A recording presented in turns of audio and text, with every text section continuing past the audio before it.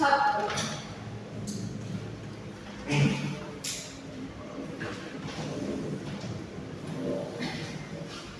Oke, bismillahirrahmanirrahim. Assalamualaikum warahmatullahi wabarakatuh. Waalaikumsalam warahmatullahi wabarakatuh. Selamat pagi.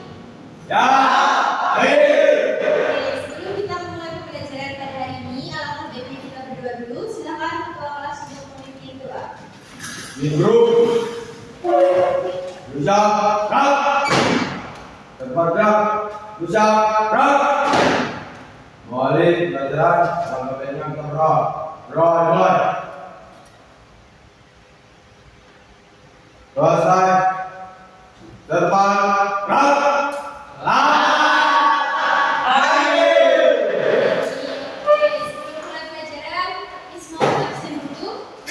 Yang pertama, Habibila Al-Jahir, Ya, Miss. Rizky Arditama, Ya, Miss. Lisa, Kiara, siapa dia Miss? M. Fadila, Ya, Miss. Rifki Faldafi. Ya, Miss. Oke, cukup. Sudah, jadi semua hadir ya hari ini ya. Ya, Miss. Oke. Sebelum Miss memasuki materi untuk hari ini, siapa yang masih ingat kemarin itu kita belajar tentang apa? Ya, biografi. Biografi ada dua, biografi dan Biografi. yang ditulis oleh sendiri, bukan orang lain, disebut Autobiografi. memakai sudut pandang orang. Pertama, Kalau biografi itu ditulis oleh orang lain, memakai sudut pandang Orang lain. Oke, masih jelas, masih ingat? Ya, masih. Oke, biografi yang anak-anak tulis semalam tentang I.M. Soekarno, Raden Ajeng Kartini, Soekarno dan sebagainya ini sudah baca semua, dan itu bagus-bagus semua. Karena kan semalam kita menulisnya juga mencari sumber terpercaya itu dari internet. Oke, selanjutnya Miss akan kasih tugas lagi nanti tentang kita menulis biografi tentang tokoh-tokoh yang berperan penting dalam Indonesia.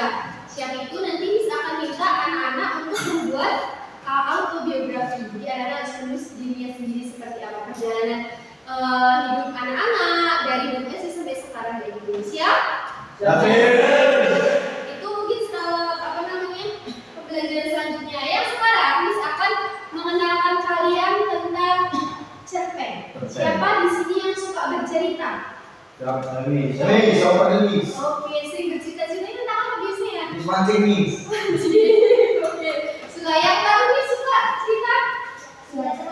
Tidak terlalu. Oke, berarti taruhnya malah lebih calm ya. Oke, jadi namanya lebih excited untuk cerita. Oke, biasanya kalau cerita itu kenapa yang bikin menarik tentang cerita itu? Apa yang bikin menarik tentang sebuah cerita itu? Miss, ada lucu-lucunya, Miss. Ada lucu-lucunya. Terus apanya? Apa lagi sih? Iya, benar, topik ceritanya. Iya kan, topik ceritanya itu apa? Tiba-tiba dia bilang, dolar udah naik. Gitu. Pasti kan kayak, apa ya, gini-gini. Iya kan? Siapa yang mengikuti politik di sini? Miss. Ya, kita harus mengikuti ya, karena kita salah satu warga negara yang harus ikut andil dalam memajukan Indonesia. Oke, jadi cerita itu akan menarik kalau kita itu bisa mengasih bumbu topik atau judul itu apa supaya lebih menarik. Cerita pendek sering disebut dengan Miss. cerpen. Oke, Miss masuk ya. Mengenal teks cerpen. Pengertian dulu. Sebelum mulai apa itu kita harus tahu apa sih itu cerpen. Cerpen atau cerita pendek adalah salah satu bentuk prosa naratif yang memiliki alur cerita tunggal dan jumlah kata yang relatif pendek, biasanya kurang dari 10.000 kata.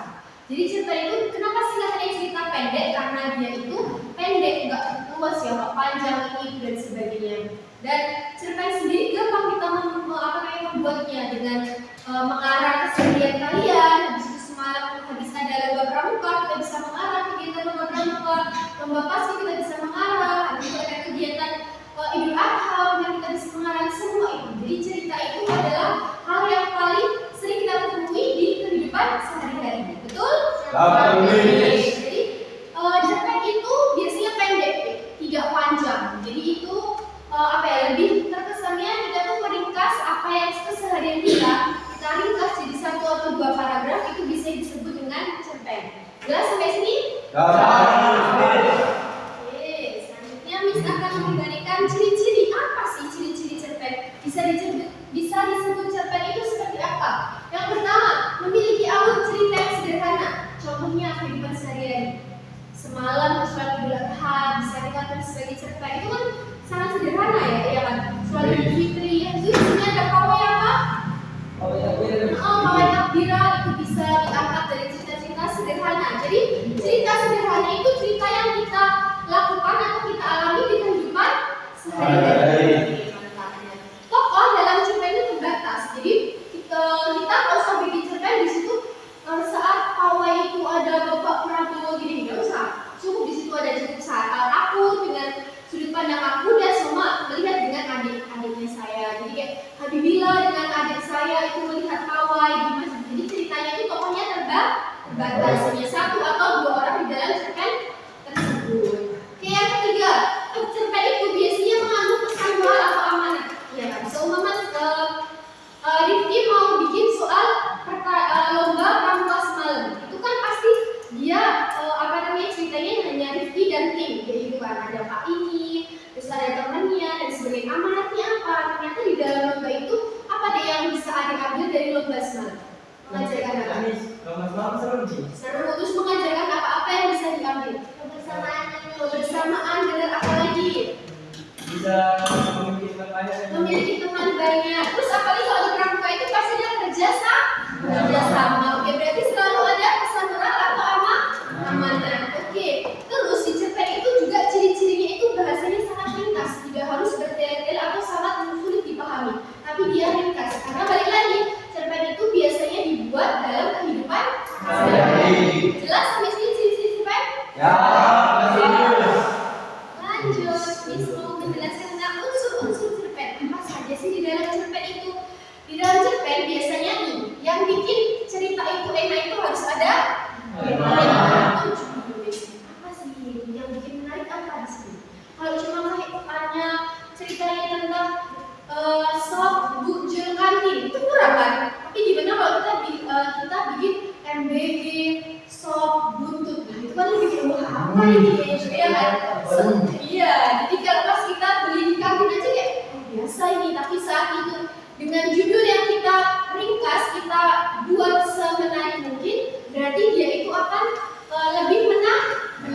Jadi tema itu adalah gagasan utama yang menjadi dasar cerita. Jadi tentukan dulu apa tema yang mau anak-anak ambil dalam membuat cerpen. Satu, SMK Nusantara Kastamaritim, SMA Nusantara Kastamaritim. Nah, baru kalau anak-anak sudah memiliki tema secara luasnya, baru anak-anak jabarkan sekolahnya di mana, apa aja pergaulannya di sini seperti apa, itu baru dijabarkan. Jelas di sini? Oke. Yang kedua, tokoh di cerpen tadi biasanya banyak atau hanya sedikit?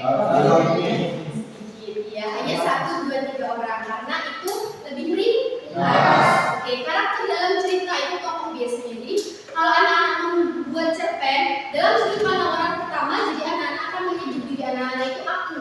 Hari ini atau saya boleh atau menyebut nama, hari ini Lisa bangun pukul segini gini. Habis itu Lisa sarapan apa di depan, masuk ke sekolah pukul berapa, seperti itu. Oke, yang ketiga itu alur. Apa sih alur itu? Urutan kejadian dalam cerita. Iya, baca ya. Urutan kejadian dalam cerita. Kenapa butuh alur? Jadi tiba-tiba Lisa bikin kayak gini. Hari ini saya bangun pukul 6 pagi. Saya pelajaran di Sifat pukul 9 dari jam 6 sampai jam 9 itu ngapain? Tidak diceritakan. Habis itu nanti habis itu jam 9 saya belajar bahasa Indonesia bersama Miss Rifka. Tiba-tiba balik lagi jam 7 saya sarapan di warung burju. Salah apa salah? Jadi alur itu harus runtut.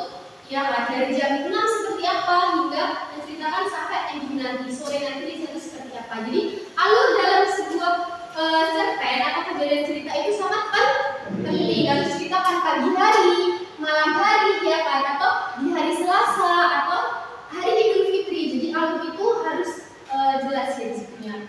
Oke, lanjut.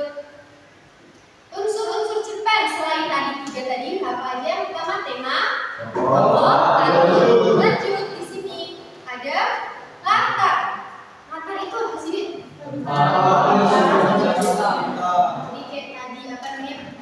hari Lisa bangun tidur, malam hari Lisa tidur. Itu harus disertakan dalam cerpen. Pagi hari berangkat dari sekolah untuk lomba pramuka, sorenya upacara pembukaan, malamnya kami lomba untuk tali temali gitu. Itu kan semua diceritakan. Kapan latar waktunya itu ada.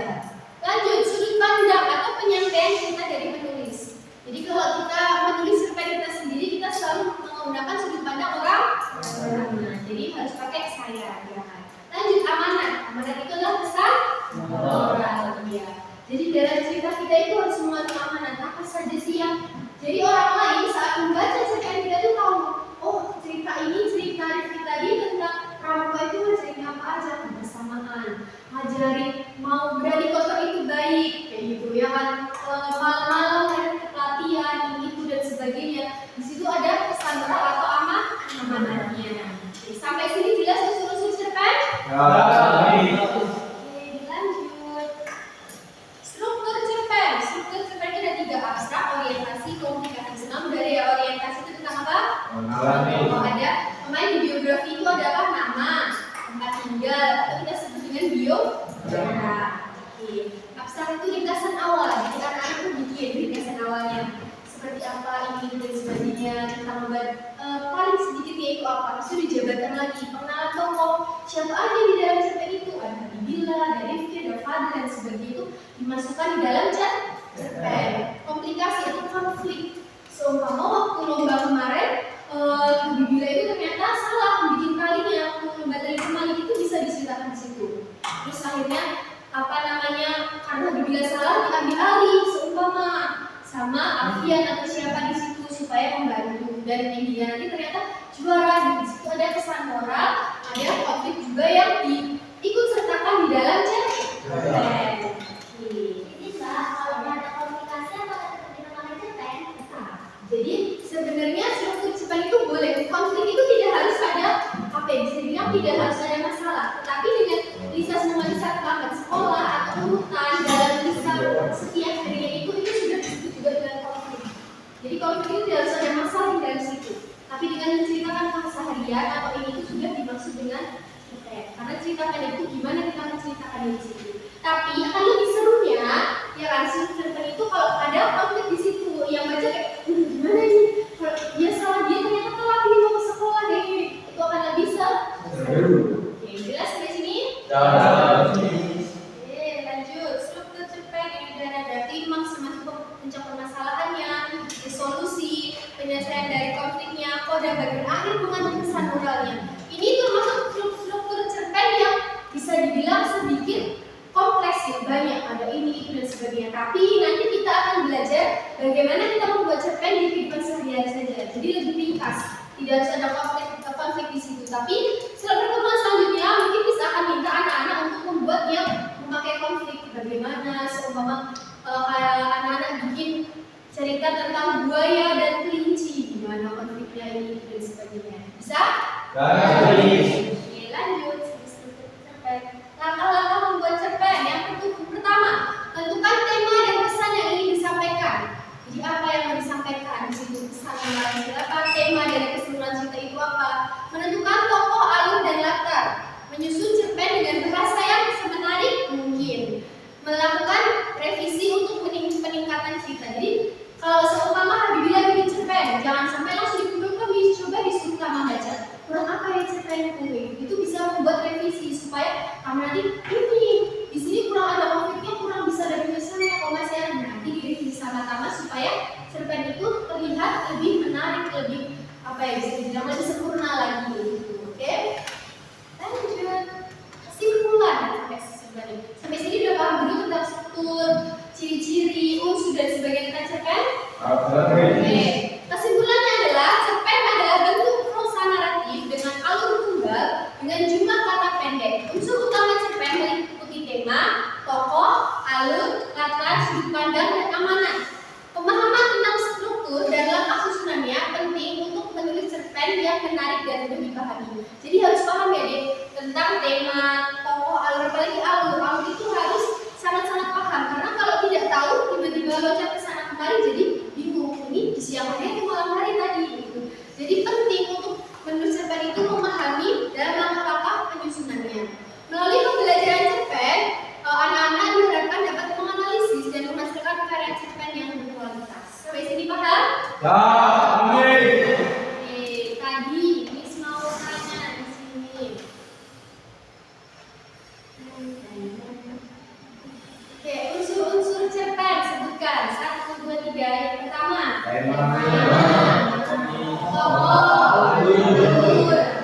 Yani.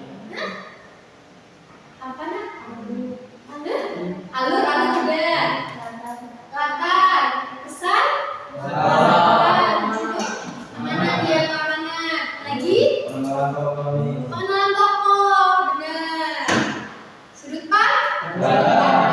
Ya sudah hafal. Jadi inti dari yang disampaikan di pertemuan pertama ini adalah kita mengenal dulu bagaimana ciri-ciri membuat cerpen, bagaimana unsur-unsur cerpen apa saja yang harus dimasukkan di situ. Sampai sini paham? Ya, amin. Oke. Sekarang karena sudah paham, di minggu depan Miss akan minta Miss akan menjelaskan lebih rinci tentang unsur estetik dan estetik. Bagaimana lebih kompleks lagi dari pembuatan cerpen, dan di minggu depan Miss akan di pertemuan selanjutnya nanti siang ya, berarti Miss akan minta anak-anak untuk membuat cerpen tentang kehidupan sehari-hari saja. Bisa dimengerti? Ya, amin. Oke, sekarang kita berdoa.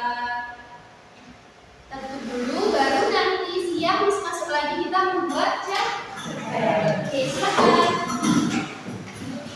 Di grup jaga. Mari belajar, mari kita berdoa. Roh mulai. Doa saya. Cepat, rela.